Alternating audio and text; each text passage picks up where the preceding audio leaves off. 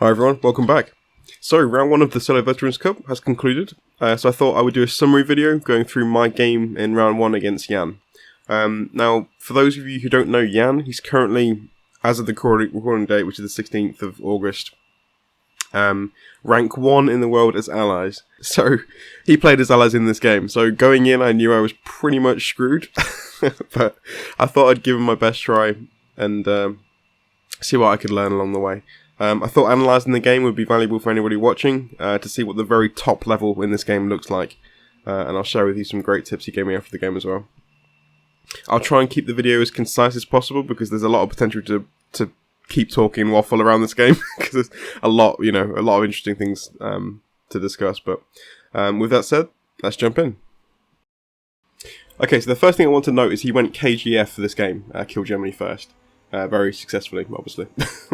But one thing to notice immediately from the start here, he had a good Ukraine, he won the battle, good enough.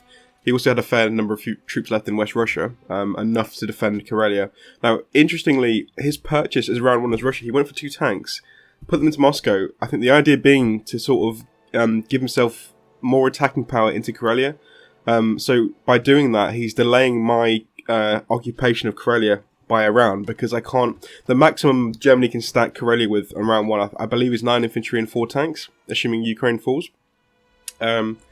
So I couldn't take that with what I had and still hold it comfortably with the odds, because those 2 tanks and everything in West Russia, Archangel, plus the fighters in Caucasus, means he could take it back. So I had to delay that and just take it lightly. I had to just drop some troops off in there to take it, but then obviously I wouldn't be probably holding on to it for long. So yeah, interesting first move there. Good delaying tactic as Russia, I think that. So my attack plan for round 1 was to do my normal move against the British fleet near Scotland. Just go all in, all subs, cruisers, fighters, just make sure that dies. I also went for an attack on the cruiser by Morocco.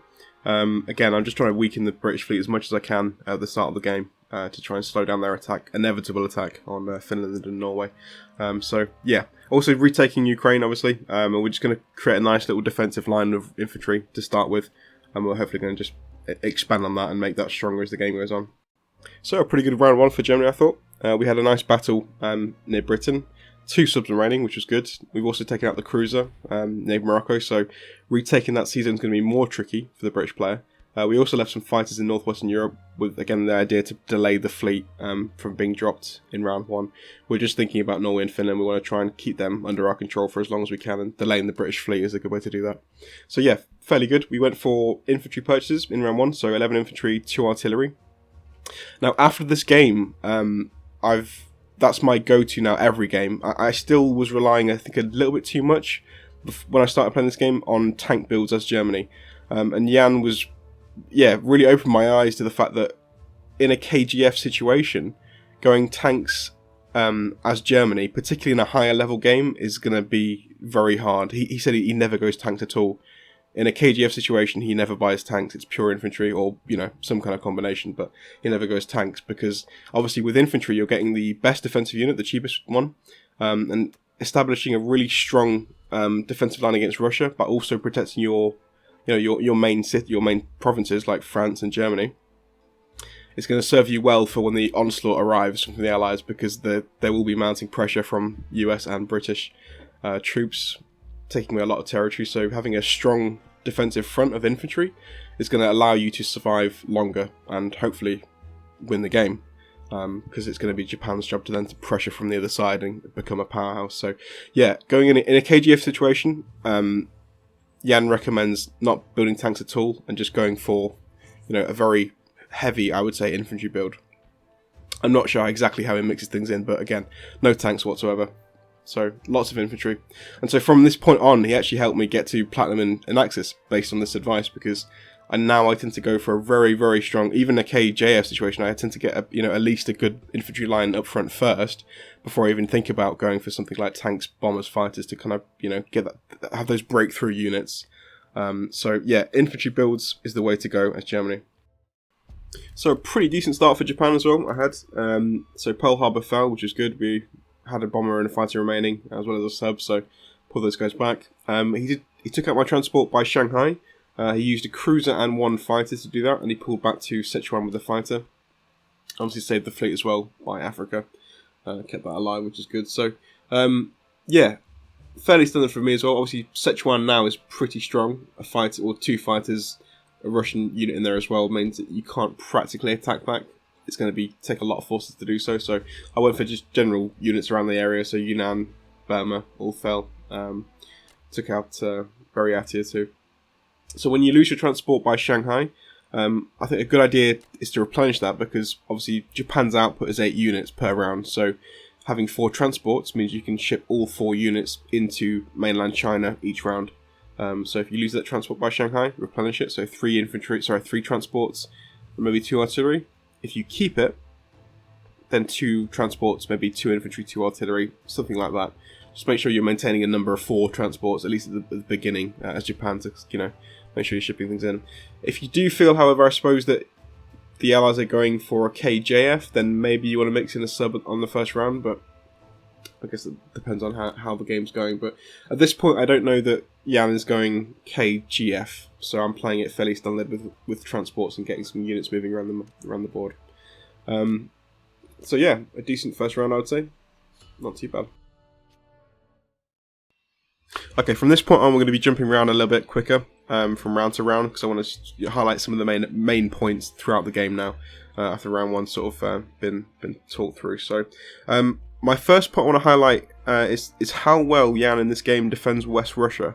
From round 1, he's got 2 allied nations defending it with there's a combination of 2 forces here. And this is going to be a theme that's going to run through the rest of the game. It's going to be a combination, a coordination between all 3 allied nations to keep Russia safe. And this would be a thing that I never in this game break Russia down. At no point do I get the upper hand with Russia. He defends so well that I just cannot find a way in, basically. So from the offset here, we've got 1 US fighter. He'll continue to start stacking West Russia with multiple fighters from the British as well, meaning I can't find a way in at all. I think one thing he highlighted to me after the game was the fact that if in a KGF situation, Germany normally can't kill Russia. If you're against a competent allied player, they won't have the resources to both kill Russia and also defend against the allied pressure from the US and Britain. So in a KGF situation, really you shouldn't be going for the kill on Russia. You should be ensuring your survival by building lots of infantry, making a strong front line against Russia, not really attacking Russia, but just making sure you've got a front line and maintaining your provinces or territories, whilst Japan does the work behind the scenes and gains power and pressures from the east, as opposed to you pressuring with Germany from the west. So that's a key point I think to raise, is in a KGF situation not going for the kill with Germany. Again, just bear in mind this is advice from the top level. So in the lower ranks, obviously you could probably still get away with a lot of strategies that wouldn't work in the top level. So going for Russia in a KGF in bronze, silver would probably still work if you played it well enough, because the allied player is not going to be defending effectively. But what we're trying to discuss here is the very top level, or at least platinum level play, and something you should be aspiring to in your own game to obviously try and make your game as tight as it can be. So in a KGF situation at the higher level, again, you're not going to try and kill Russia with Germany. You're going to try and defend and keep your territories alive as long as you can. So round 4 is where I try to do something a bit different. I've got some good numbers up front now in Karelia. I've got a large number of tanks. Although we've mentioned before that obviously tanks is not the way to go. We learned this in hindsight. So I'm still trying to, in this game, pressure Moscow more than I should be, which is where I probably went wrong. But my idea in round 4 was to try and dislodge the troops in West Russia. You probably know this, or if you don't, a good way to get the troops out of West Russia as Germany is to go to Archangel. Assuming you can obviously hold the defensive against the Russian troops, it's a good way to move them out, because they have to go back to defend Moscow, because you're threatening, in the next round, a take on Moscow, so they have to defend, so all the troops get moved in one way or another. Then the idea is, obviously, once they've moved back to Moscow, you then move into West Russia, and it's with a view to going to the Caucasus, because to kill Russia, you want to be going first to the Caucasus, because there you've got a a 4 complex right on Moscow's doorstep, so you can keep churning out artillery or whatever you want to make sure your infantry are maxed out attack-wise. So that was my plan, to dislodge the troops and find a way into the Caucasus. And we'll have a quick look at what Jan does in response to this, which was fantastic. I've never seen this before, but it's such a fantastic move. So, Jan moves his UK troops from India into Persia. Now, in round 5, I move into West Russia, but at this point, I already know that I can't take the Caucasus because of the British move. It's too good. So, the idea being, obviously, in round 5, the UK troops will then move potentially all into the Caucasus.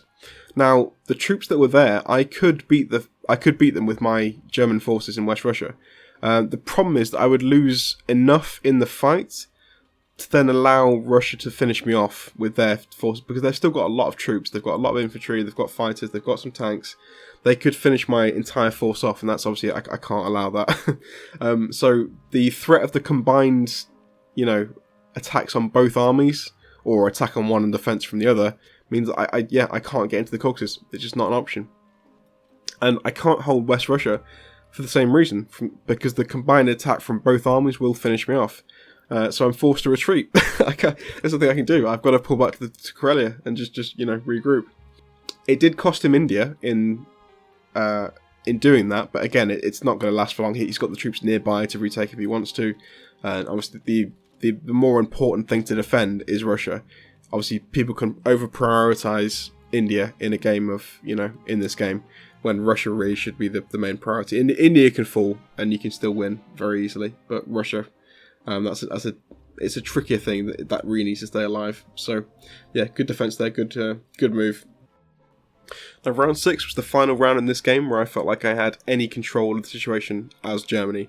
From this round and beyond, the Allies really do ramp up the pressure against Germany, and I start to get quite confined and, cramped because I'm being forced back and back. Obviously, the Russians have still got a lot of troops available. I'm getting American pressure from Norway and Finland. They're landing a lot of troops up there. They're also taking away France from me most rounds, so I'm having to deal with that. So my troops moving to the front line are very, very limited because I can't obviously allow France to stand as an allied territory. So I need to prioritise retaking that. So I'm not getting any reinforcements to the front line. So round 7 is the round I decided I can't hold Karelia because the pressure from the Allies is too great. I can't defend effectively, so I'm having to pull back through the Baltic states. And obviously round 8 we're pretty much back into Berlin and trying to scrap for territories around Europe. Now I will point out in this point we do have India as well. Round 8 we have India. I'm trying to pressure Africa with the Japanese. We've also got a large number of troops moving towards Russia itself. We're sort of garrisoning or saving up for a big assault, basically, to try and force their troops back. We do also have the Hawaiian Islands as well under our control. We're pressuring slightly in Alaska. But yeah, I think my play with Japan was probably slightly too slow. I was trying to be as quick as I could, but I wasn't quick enough, or I think maybe not aggressive enough to force the Russian troops to sort of stay around Moscow, which is probably quite a big problem for me. And we've allowed them now a lot of space to mobilise. Now, India falling is not a huge deal for him, obviously. He's got a lot of troops, British troops around the area, keeping the Caucasus safe, keeping Russia safe. So at this point, even with Japan's pressure, or eventual pressure, he's still got more than enough troops to blockade me and force me, or prevent me from actually accessing anything of value. So, yeah, again, great defensive play, and great coordination as well between all his 3 nations to prevent Japan from doing anything too dangerous, whilst also keeping Germany very, very confined and strangled, basically. So round 8 and beyond, or round 8 until the end of the game, was the final phase of the actual game, because the board didn't change a whole lot in that time. The situation with Germany was they were slowly getting squeezed. The Allied troops moved further and further in. They were dropping troops off in the Baltic states as well, quite consistently, so I couldn't really take that whilst also defending Germany effectively. Up until round 10 we did retake France, but that will eventually fall as well, because we can't justify moving troops out to take it, whilst also keeping Berlin safe. So Berlin is very much squeezed. In China or Asia, the Allied troops have made a very good defence of Kazakh, meaning the Japanese troops can't get in at all. It's a very nice coordinated, effort to keep Japan out. You'll notice the level of, or the number of fighters that he's got sitting in Kazakh. That's a very efficient sort of and slow reinforcement he's been doing throughout the game, is sending British fighters across to that area of the map to keep it safe, because fighters are fantastic defensive units. So combined with obviously Russia's infantry units, they've got a lot of fighters sitting on the defensive behind that, meaning attacking it is extremely difficult. Obviously, whilst also sending fighters over there, he's been maintaining his level of the defensive units around the fleet, so at no point was he at a disadvantage on a fleet attack. So if I wanted to go for the fleet with my fighters, at no point did I have the odds to do that. So he was maintaining that whilst also, obviously, wherever he could, sending fighters across there to help defend. So it was overall, it was a very just efficiently well coordinated play from Jan. Very good to watch. So yeah, he gave me nothing at all. I could not break in from either side. Russia was locked down tight. It really was. It was it was never really in danger. So round 11 was the round that I decided that I had to make a move or Germany was going to die, basically. Obviously, Germany was very much under pressure at this point. Berlin was threatened, so I had to try and force something with the Japanese to try and kind of, make something of the game, try and get into Russia or whatever. So the odds for the fight in Kazakh, in round 12, when I actually went for the fight, were around 65 to 70% chance in favour of Jan. So the odds were fairly good. Not obviously certain by any means, but definitely fairly good. So we went for a bomber approach on round 11 with obviously a view to then attacking with some more fours in the army. What was nice as well is our fleet by Persia. The fighters from that army, from that fleet, could also reach Kazakh. So it was the time to go for it and just try and force something to happen. If I got lucky, maybe I could try and get my way into Russia. Obviously, we still had ground troops moving up as well. So if it went really well, and the off chance, we might have been able to sort of pull something back from the game. But yeah, that was the idea. that was the idea. So I thought I'd actually watch the battle, because this was the deciding factor in the entire game. So no hits on the air defense going in, which is pretty nice for us. Yeah, it's very hard to sort of keep track of what's actually going on in this in these battles. It's obviously there's so many units going on. I guess by the number of hits is probably the best way to go, assuming you've got similar kind of numbers. But yeah, obviously the main thing for me here was the defensive fighters were so strong. Obviously they've got, how many, 15 fighters, I believe it is, attacking per round. So it's just so many fours in the battle that it was very hard to break through. Obviously I had to get through layers of infantry before I could even start hurting them. So yeah, it was going to be always very tough. We did better than I thought we would, to be fair, actually. Obviously, we went in with a 33% chance of winning. So it was 1 in 3 chance of actually coming out on top. But we did okay. We did alright. We put up a good fight. Obviously, we've broken through all the ground troops now. We've actually started to hit the fighters at the back, which is good. But again, 8 hits there was an absolute killer. Pretty nasty, so... We went here for the kill. We weren't going for the territory, we were just trying to kill as many fighters as we could. So, pretty good hits there for us, but again, that was the final for 13 hits out of 15. Oh, not 15, but 13 hits there was insane. So defeat, 3-4-8 IPC out of the way. Huge battle, and I think we obviously didn't win the fight, so I didn't realistically think I could then continue on the back of that, because obviously the attack power there was almost double, pretty much. So yeah, it was unrealistic to keep going. So me and Jan were talking behind the scenes. I said if I won the fight, I might continue. If not, I'll probably resign there, because Berlin was going to be falling very soon. So there wasn't a lot to do. Yeah, so GG to Jan. Well played. It was a really good game. I think it was a great learning experience for me, for both sides, Axis and Allies, to see the higher level ally play at work, and obviously he gave us some good pointers on my Axis play as well. So I think the takeaways from this game, from the Allied side first, coordination between 3 nations. Again, it's just emphasised in this game how important that is in, winning, essentially, because in the early game, West Russia was kept safe by a combination of all three nations with their fighters. And fighters seem to be a very, very good tool for that, because obviously you can fly them in from Britain. They defend so well on fours as well. It's very difficult to break them down if they've got a good layer of infantry in front, which generally speaking Russia has. That's one thing they've got a lot of is infantry, generally speaking. So the coordination there was fantastic. I couldn't break in. Again, that seemed to be a theme throughout the game, was the reinforcements with fighters, because he was very slowly where he could.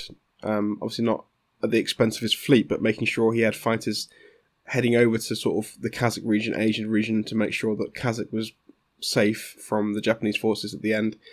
So by the end, I think it was 11 British fighters in Kazakh. So a very slow and methodical increase in fighters across the Russian kind of territories, to make it very difficult for me to break in. Again, pressure against Germany effectively with the US forces and British forces to kind of keep my resources tied down. So eventually it came to the point where I couldn't defend Karelia. I had to pull back. But just very nice play. I think on my side of things, I obviously made mistakes. Getting too aggressive with Russia on a KGF was probably the biggest one. And not going for enough infantry early on in the game cost me later on, because I was short for defensive troops for a lot of regions. And I think probably maybe the speed of the Japanese play, I could have probably controlled India quicker, but I think the aggression against the Russian front I probably could have been a bit more aggressive and tried to pressure and force some units back from Russia to defend. So a bit of speed on the Japanese side and a bit more of a defensive focus in a KGF situation for Germany. But overall, it was, really enjoyed it. So thanks to Jan for the game, and thanks for you guys for watching. Hopefully this was of value to you. I'm sure you would take at least something away from this, because I took away quite a lot. It definitely helped me a lot. This on the back of this game as well. Thanks to his advice and tips, I actually broke through to Platinum, using a more infantry-based Germany. It was, so that was extremely useful for me. But there we go, that's round one for me. That was my one and only game in this tournament. So we're currently sitting in the second round. Jan's obviously still in the game. He's playing well. So he's a strong favourite, I believe, to win the entire thing. He's got some good competition. There are some of the top 10 players in the tournament, but I think obviously he's still very top notch on the top of top 10. He's top 3 at least, generally speaking. So I think players will have a tough job taking him out of the tournament. But there we go. That's the game. So thanks for watching. I'll see you next time. Take care.